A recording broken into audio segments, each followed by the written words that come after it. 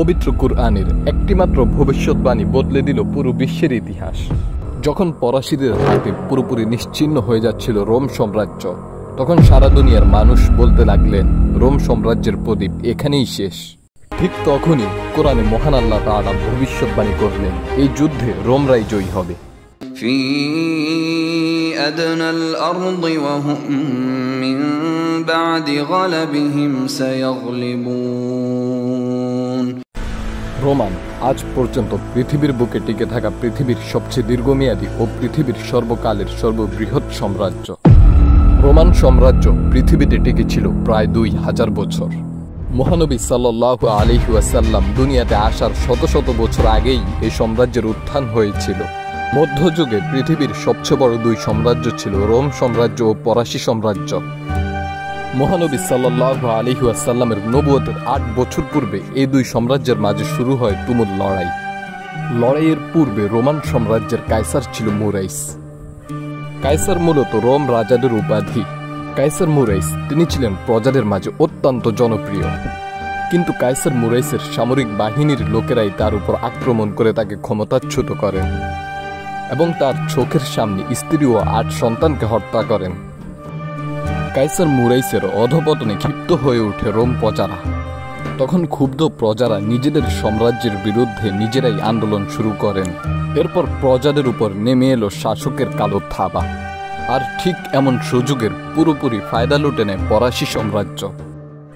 রোমদের বিশৃঙ্খল পরিস্থিতিতে রোম সাম্রাজ্য বিরোধী আন্দোলনকারী প্রজাদের পাশে দাঁড়ানোর আশ্বাস দিয়ে রোম সাম্রাজ্যের উপর আক্রমণ করে ফরাসি সাম্রাজ্য।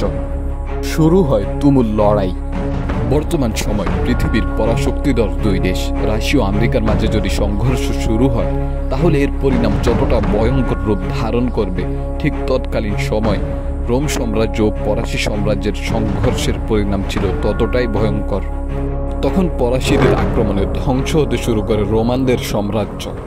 ফরাসিদের এমন সফল আক্রমণে তখন দিন দিন ছোট হতে লাগলো রোম সাম্রাজ্য। সারা দুনিয়ার মানুষ তখন এক বাক্যে বলতে লাগলেন এবার ফরাসিদের হাতে চিরকালের জন্য রোমানদের নাম নিশ্চিহ্ন হয়ে যাবে। ইবনে কাসির রহমাতুল্লাহি আলাইহি বলেন, রোম ও ফরাসি তারা উভয় ছিল কাফের। তাদের কাহারও জয় বা পরাজয় ইসলাম ও মুমিনদের জন্য কোনো কৌতূহলের বিষয় ছিল না। তবে এদের মধ্যে ফরাসিরা ছিল অগ্নি পূজারী আর রোমরা ছিল নাসারা তথা আহলে কিতাব। তাই ফরাসিদের অপেক্ষায় রোমানরা ছিল মুমিনদের খানিকটা নিকটবর্তী। রাসূল সাল্লাল্লাহু আলাইহি ওয়াসাল্লাম মক্কায় অবস্থানকালে ফরাসিকরা রোমানদের উপর আক্রমণ পরিচালনা করে।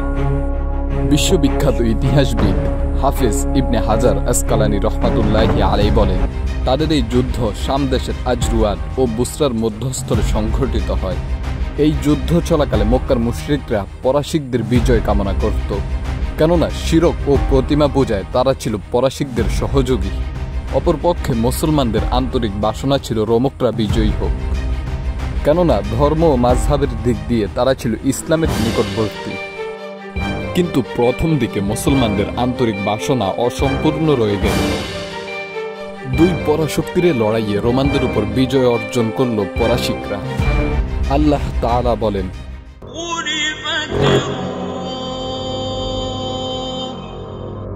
রোমকরা পরাজিত হয়েছে। এমনকি ফরাসিকরা রোমকদের প্রধান শহর কনস্টান্টিনোপলও অধিকার করে নিল এবং সেখানে উপাসনার জন্য একটি অগ্নিকুণ্ড নির্মাণ করল। এই ঘটনায় মক্কার মুশরিকরা আনন্দে আত্মহারা হয়ে গেল এবং মুসলমানদেরকে লজ্জা দিতে লাগলো যে তোমরা যাদের সমর্থন করো তারা হেরে গেছে। তারা আরো বলতো, রোমকরা যেমন ফরাসিকদের মোকাবিলায় পরাজয় বরণ করেছে, তেমনি আমাদের মোকাবিলায়ও তোমরা একদিন পরাজিত হবে। মক্কার কাফেরদের এমন কথায় মুসলমানরা আন্তরিকভাবে ব্যথিত ছিলেন। তবে তখনও রোম সাম্রাজ্য পুরোপুরি নিশ্চিহ্ন হয়ে যায়নি, তারা ছিল ধ্বংসের দ্বারপ্রান্তে। কিন্তু ঠিক তখনই কোরআনুল কারীমের ভবিষ্যৎবাণী বদলে দেয় পুরো সাম্রাজ্যের ইতিহাস।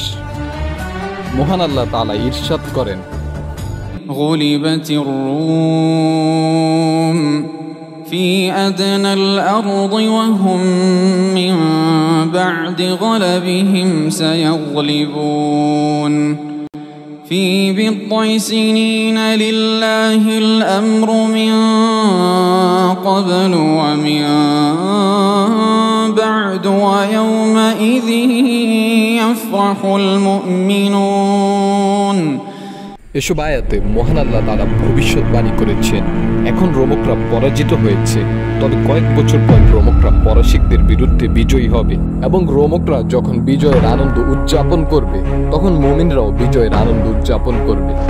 হযরত আবু বকর সিদ্দিক রাদিয়াল্লাহু তাআলা আনহু যখন এসব আয়াত শুনলেন তখনও তিনি নব মুসলিম, তবে আল্লাহর ঘোষণার প্রতি তিনার ঈমান ছিল শক্ত। তখন তিনি মক্কার চারদিকে এবং মুশরিকদের সমাবেশ ও বাজারে উপস্থিত হয়ে ঘোষণা করলেন, তোমাদের এত আনন্দিত হবার কোনো কারণ নেই। কয়েক বছরের মধ্যে রোমকরা পরাশিকদের বিরুদ্ধে জয়লাভ করবে। তখন মুশরিকদের মধ্যে উবাই ইবনে খলফ বলল, তুমি মিথ্যে বলছো। আবু বকর রাদিয়াল্লাহু তাআলা আনহু বললেন, আল্লাহর দুশমন, তুই মিথ্যাবাদী, আমি আমার কথার উপর বাজি রাখতে প্রস্তুত। সে সময় তখনও ইসলামে বাজি হারাম হয়নি। এরপর আবু বকর রাদিয়াল্লাহু তাআলা আনহু বললেন, 3 বছরের মধ্যে যদি রোমরা জয় না হয় তাহলে আমি তোকে 10টি ওট দিব। উবাই তখন বাজিতে সম্মত হলো। এরপর আবু বকর সিদ্দিক রাদিয়াল্লাহু তাআলা আনহু রাসূল সাল্লাল্লাহু আলাইহি ওয়াসাল্লামের কাছে উপস্থিত হয়ে ঘটনা বিবৃত করলেন। তখন রাসূল সাল্লাল্লাহু আলাইহি ওয়াসাল্লাম বললেন, আমি তো 3 বছর সময় নির্দিষ্ট করিনি। তিনি বললেন, 3 থেকে 9 বছরের মধ্যে এই ঘটনা ঘটতে পারে। তুমি যাও এবং উবাইকে বলো, আমি 10টি ওটের স্থলে 100টি ওট বাজি রাখছি, কিন্তু সময়কাল 3 বছরের পরিবর্তে 9 বছর নির্দিষ্ট করছি। আবু বকর রাদিয়াল্লাহু তাআলা আনহু রাসূল সাল্লাল্লাহু আলাইহি ওয়াসাল্লামের আদেশ পালন করলেন এবং উবাইও নতুন চুক্তিতে সম্মত হল। কিছু কিছু বর্ণনা মতে এই চুক্তির 7-8 বছর পরও রোমানরা ঘুরে দাঁড়াতে পারেনি। তখনও তাদের সাম্রাজ্যের প্রদীপ প্রায় নিভে যাওয়ার উপক্রম। ঠিক এমন সময় অকল্পনীয়ভাবে ঘুরে দাঁড়ায় রোম সাম্রাজ্য। তখন ঘুরে দাঁড়ানো রোমকদের আক্রমণে ধ্বংস হয়ে যায় ফরাসি সাম্রাজ্য। অন্যদিকে ততদিনে রাসূল সাল্লাল্লাহু আলাইহি ওয়াসাল্লাম মক্কা থেকে মদিনায় হিজরত করেন এবং মক্কার কাফিরদের সাথে ইসলামের প্রথম গাজওয়া সংঘটিত হয়। গাজওয়া বলতে ওই যুদ্ধগুলোকে বোঝানো হয় যে যুদ্ধগুলোতে রাসূল সাল্লাল্লাহু আলাইহি ওয়াসাল্লাম সশরীরে উপস্থিত ছিলেন। ইসলামের প্রথম গাজওয়া ছিল গাজওয়াতুল বদর। এই যুদ্ধে মুসলমানদের সৈন্য সংখ্যা ছিল মাত্র 313 জন। অন্যদিকে 313 জনের মোকাবিলায় কাফির ছিল প্রায় 1000। তবে যুদ্ধের ফলাফল ছিল সম্পূর্ণ বিপরীত। মাত্র 313 জন মুসলিম সৈন্যের মোকাবিলায় পরাজিত হয় কাফিরদের প্রায় 1000 সৈন্যের বিশাল সামরিক বাহিনী। কুরআনের 2টি ভবিষ্যৎবাণী তখন মিলে গেল। প্রথম ভবিষ্যৎবাণী অনুযায়ী রোমানরা বিজয় লাভ করল, আর দ্বিতীয় ভবিষ্যৎবাণী অনুযায়ী যখন রোমানরা বিজয় উদযাপন করছে তখন মুমিনরাও গাজওয়ায়ে বদরের বিজয় উদযাপন করছে। তখন মহাগ্রন্থ আল কোরআনের এমন নির্ভুল ভবিষ্যৎবাণীতে অবাক হয়েছিল পুরো বিশ্ব। এদিকে উবাই আবু বকর রাদিয়াল্লাহু তাআলা আনহুকে চুক্তি অনুযায়ী 100টি ওট দিতে বাধ্য হয়, কিন্তু ততদিনে ইসলামে বাজি হারাম ঘোষিত হয়। তখন হুজুর সাল্লাল্লাহু আলাইহি ওয়াসাল্লাম এই ওটগুলোকে গরিব ও অসহায়দের মাঝে বিলিয়ে দিতে আদেশ করেন। এদিকে ফরাসিদের উপর রোমানদের বিজয়ের পর রোম সাম্রাজ্য হয়ে ওঠে পৃথিবীর সবচেয়ে বড় পরাশক্তি। তখন বিশ্বজুড়ে একক আধিপত্য কায়েম করে রোম সাম্রাজ্য। রোমের কাইসার হিরাক্লিয়াস হয়ে ওঠে পৃথিবীর সবচেয়ে শক্তিশালী ব্যক্তি।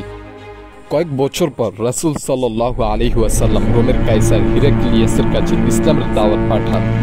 তবে হতভাগা হিরাক্লিয়াস রাসূল সাল্লাল্লাহু আলাইহি ওয়াসাল্লামের পাঠানো ইসলামের দাওয়াত অস্বীকার করেন। এরপর রাসূল সাল্লাল্লাহু আলাইহি ওয়াসাল্লাম ভবিষ্যৎবাণী করলেন, একদিন আমার উম্মত নিশ্চয়ই কনস্টান্টিনোপল জয় করবে। তিনি বলেন, তোমরা মুসলমানরা অবশ্যই কনস্টান্টিনোপল জয় করবে। কতই না সৌভাগ্য হবে সেই বিজয়, কতই না সৌভাগ্যবান হবে সেই বিজয়ের সেনাবাহিনী। অবশেষে 1453 সালের 29শে মে মাত্র 21 বছর বয়সী বালক অটোমান সাম্রাজ্যের 7ম সুলতান মুহাম্মদ আল ফাতিহ দ্বিতীয় মেহমেদ তার অকল্পনীয় রণকৌশল আর অদম্য সেনাবাহিনী নিয়ে কনস্টান্টিনোপল বিজয়ের মাধ্যমে রাসূল সাল্লাল্লাহু আলাইহি ওয়াসাল্লামের সেই ভবিষ্যৎবাণী বাস্তবায়িত করার সৌভাগ্য লাভ করেন। এরপর চির সমাপ্তি ঘটে 2000 বছর পুরনো পৃথিবীর সবচেয়ে প্রাচীন ও পৃথিবীর সবচেয়ে দীর্ঘমেয়াদী সাম্রাজ্য গ্রেট রোমের ঐতিহাসিক অধ্যায়।